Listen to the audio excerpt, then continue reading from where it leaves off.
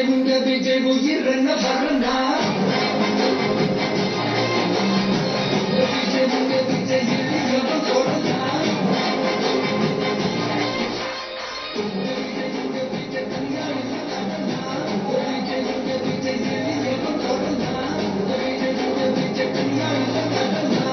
தானே மன்னர்களை உனக்கு கட்ட வரண்டா.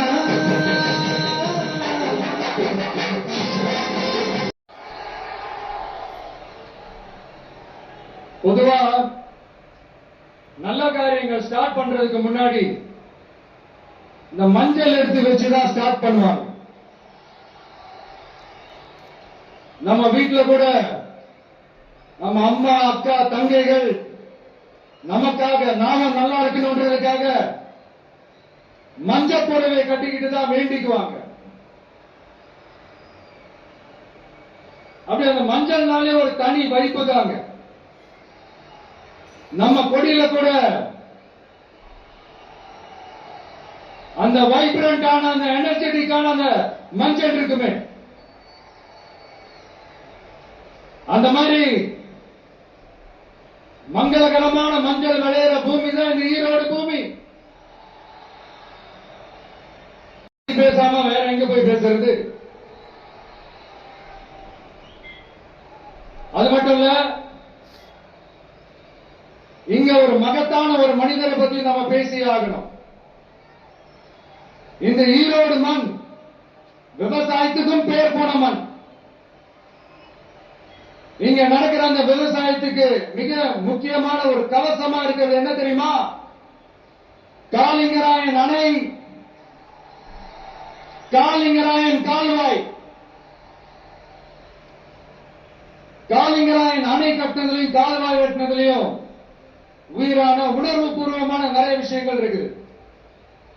அப்படி அந்த ப்ராசஸ்ல அவர் அந்த அணை கட்டும் போதும் கால்வாய் வெட்டும் போதும் ரொம்ப சோர்வடைஞ்சிட்டாராம்.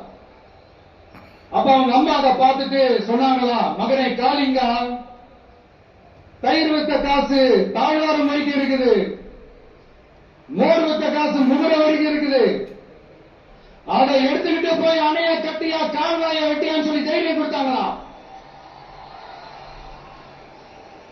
பெத்த அம்மா கொடுக்கிற அந்த தைரியம் இருக்கு பாருங்க, அதை தாண்டி வேற எதுவுமே கிடையாதுங்க. ஒரு மனுஷனால எதையும் சாதிச்சு காட்ட முடியும். அப்படி ஒரு தைரியத்தை தான் இப்ப நீங்க, என்னுடைய அம்மா அக்கா தங்கைகள் நண்பா நண்பிகள் தோழர்கள் எல்லாரும் எனக்கு கொடுத்திருக்கிறீங்க. அதே தைரியத்தை, அதே துணையாக கூட நிக்கிறீங்க. இதை எப்படி நம்ம பிரிச்சு விடலாம்? இதை எப்படி நம்ம கெடுக்கலாம்? என்னெல்லாம் அவதூறுகள் நம்ம விஜய் மேல சொல்லி மக்களை நம்ப வைக்கலாம்? என்னெல்லாம் சூழ்ச்சிகள் நம்ம விஜய் மேல பண்ணி மக்களை நம்ப வைக்கலாம்? இப்படி சூழ்ச்சிகளை மட்டுமே நம்பி குழப்பம் நடத்துற சில சூழ்ச்சிக்கார கூட்டங்கள் இதை தொடர்ந்து செஞ்சுக்கிட்டு தான் இருக்கு. ஆனா அவங்களுக்கு தெரியாது, இது இன்னைக்கு நேற்று வந்த உறவு இல்ல.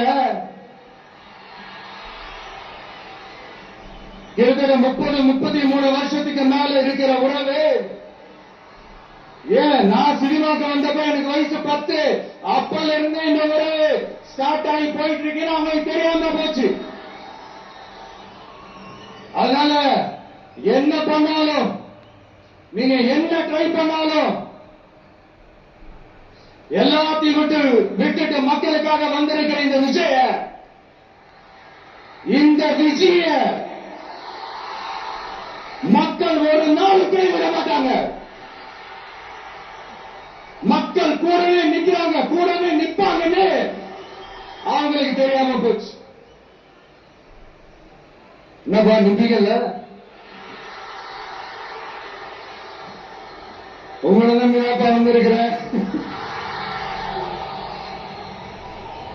அதான் இந்த சத்தம் தாங்க வாழ்நாள் பூரா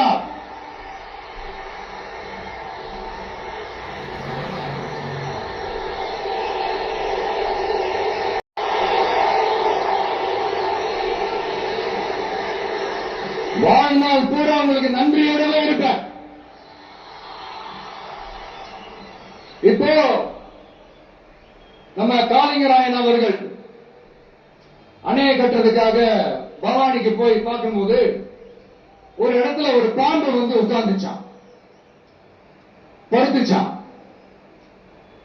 அது படுத்த இடத்துலதான் அவர் அணையை கட்ட ஸ்டார்ட் பண்ணாராம். அப்புறம் அந்த பாம்பு வளைஞ்சி நெளிஞ்சி போற இடத்துல எல்லாம் கால்வாயை வெட்டினார்னு சொல்லி சில வாய்மொழி கதைகள்லாம் சொன்னாங்க. தண்ணியை சேமிச்சு வச்சு குடிக்கிறதுக்கும் விவசாயத்துக்கும். தம்பி கீழே இறங்கு, தம்பி கீழே இறங்குப்பா, பிளீஸ் கீழே இறங்குப்பா. இந்த மேல இருக்கான்ல. Okay, thank you thank you. கீழே இறங்கு, இன்னொன்னு இறங்கினா முடியா? கீழே இறங்குப்பா. நீ இறங்கினாதான் புத்தம் கொடுப்பேன்.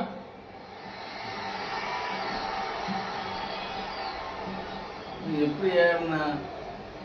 இந்த மேல ஏறானுல்ல, அவனே இறங்குறான்.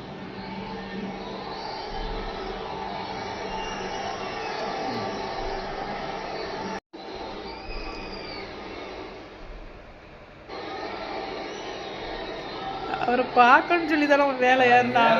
தப்பு. ஆமா, அதை பார்க்கறதுக்கு அவன் ஏறு. இப்படி தண்ணியை சேமிச்சு வச்சு குடிக்கிறதுக்கும் விவசாயத்துக்கும் வழி வகுக்கிறது எவ்வளவு பெரிய ஒரு நல்ல விஷயம். சோ இந்த மாதிரி நல்ல விஷயங்கள்லாம் செஞ்சிட்டு கதைகள் சொன்னா பரவாயில்ல, எதுவுமே செய்யாம கதைகளை மட்டும் அடிச்சு விடுறது எப்படி? அத்திக்கடவு அவிநாசி திட்டத்தை இன்னும் விரிவுபடுத்தினா அந்த 3 மாவட்டத்தில் இருக்கிற லட்சக்கணக்கான மக்களுக்கு எவ்வளவு பிரயோஜனமா இருக்கும். எத்தனையோ லட்சம் ஏக்கர். ஆனா அந்த காலத்திலேயே இது எல்லாத்தையும் பத்தி யோசிச்ச, மக்களை பத்தி, குடிக்கிற தண்ணியை பத்தி, விவசாயத்தை பத்தி, அணை கட்டுறதை பத்தி, கால்வாய் வெட்டுறதை பத்தி, இதெல்லாம் எங்க இருந்து? பவானியிலிருந்து நொய்யலாறு வரைக்கும் கால்வாய் வெட்டி இது எல்லாத்தையும் பத்தி யோசிச்ச காளிங்கராயன் அவர்களுக்கு கோடி கும்பிடு போட்டாலும் பார்த்தாதுங்க. இப்படி அந்த காலத்துல இருந்த ஒரு ஹீரோவை பத்தி பேசிட்டு இந்த காலத்துல, அதாவது 1920th செஞ்சுரியில இருந்த ஒரு ஹீரோவை பத்தி நம்ம பேசி ஆகணும்ல. ஒருத்தர் இலக்கிய மனம் கொண்ட ஹீரோனா, இன்னொருத்தர் இரும்பு மாதிரி அயன்மேன் தான். எஸ், நம்ம ஈரோடு கடப்பாறை தான்.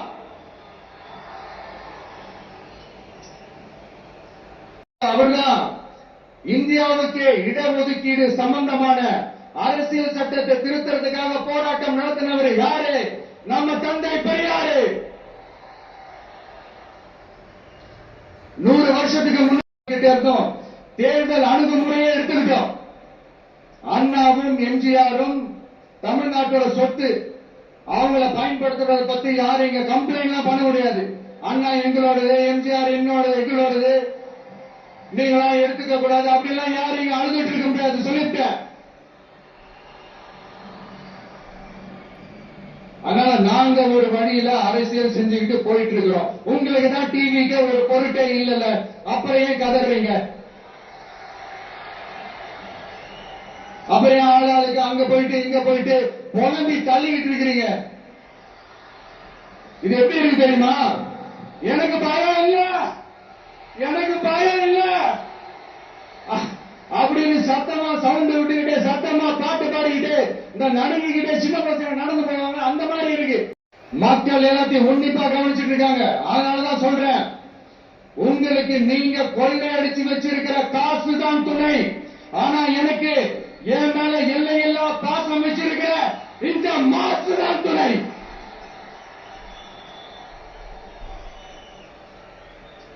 இப்படி நமக்கு துணையா இருக்கிற ஈரோடு மக்களுக்காக நான் இப்போ குரல் கொடுக்கலாம் வந்திருக்கிறேன். சரி, இப்ப விஷயத்துக்கு வருவோம். எனக்கோ இல்ல குடும்பத்துக்கோ பட்டங்கள் வேணும், பதவி வேணும், ஏதாவது கேட்டிருப்பேனா? இல்ல ஏதாவது லாபம் பார்த்திருப்பேனா? இல்ல எதுக்காவது ஆசைப்பட்டிருப்பேனா? ஆனா அவர் பேரை சொல்லிக்கிட்டு அவருடைய கொள்கையை ஃபாலோ பண்றதா சொல்லிக்கிட்டு இப்ப ஆட்சியில இருக்கிறவங்க என்னெல்லாம் செய்யறாங்கன்னு.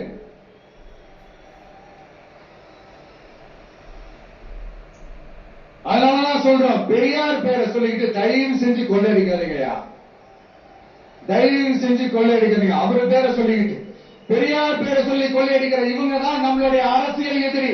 மக்களை நீங்க சொல்லுங்க, நம்மளுடைய அரசியல் எதிரி யாரு? என்னெல்லாம் அடிச்சு விட்டுட்டு இன்னி வரைக்கும் கேட்கிறேன், இதெல்லாம் சொன்னாங்களே செஞ்சாங்களா? இவங்க எப்பவுமே இப்படிதான், சொல்றது ஒண்ணு செய்யறது ஒண்ணு. திமுகவும் பிரச்சனைகளும் செழித்தால் போட்டு ஓட்டின ஃப்ரெண்ட்ஸ் மாதிரி ஒண்ணுல இருந்து ஒண்ணு பிரிக்கவே முடியாது.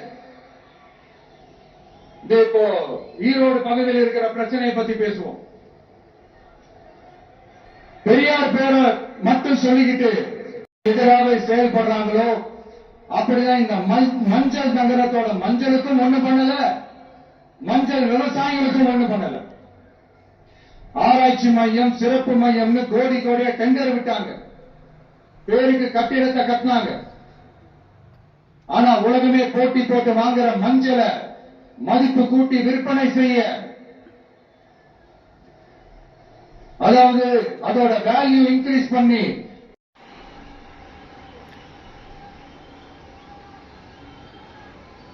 முதல்ல எடுத்துட்டேன் நான்.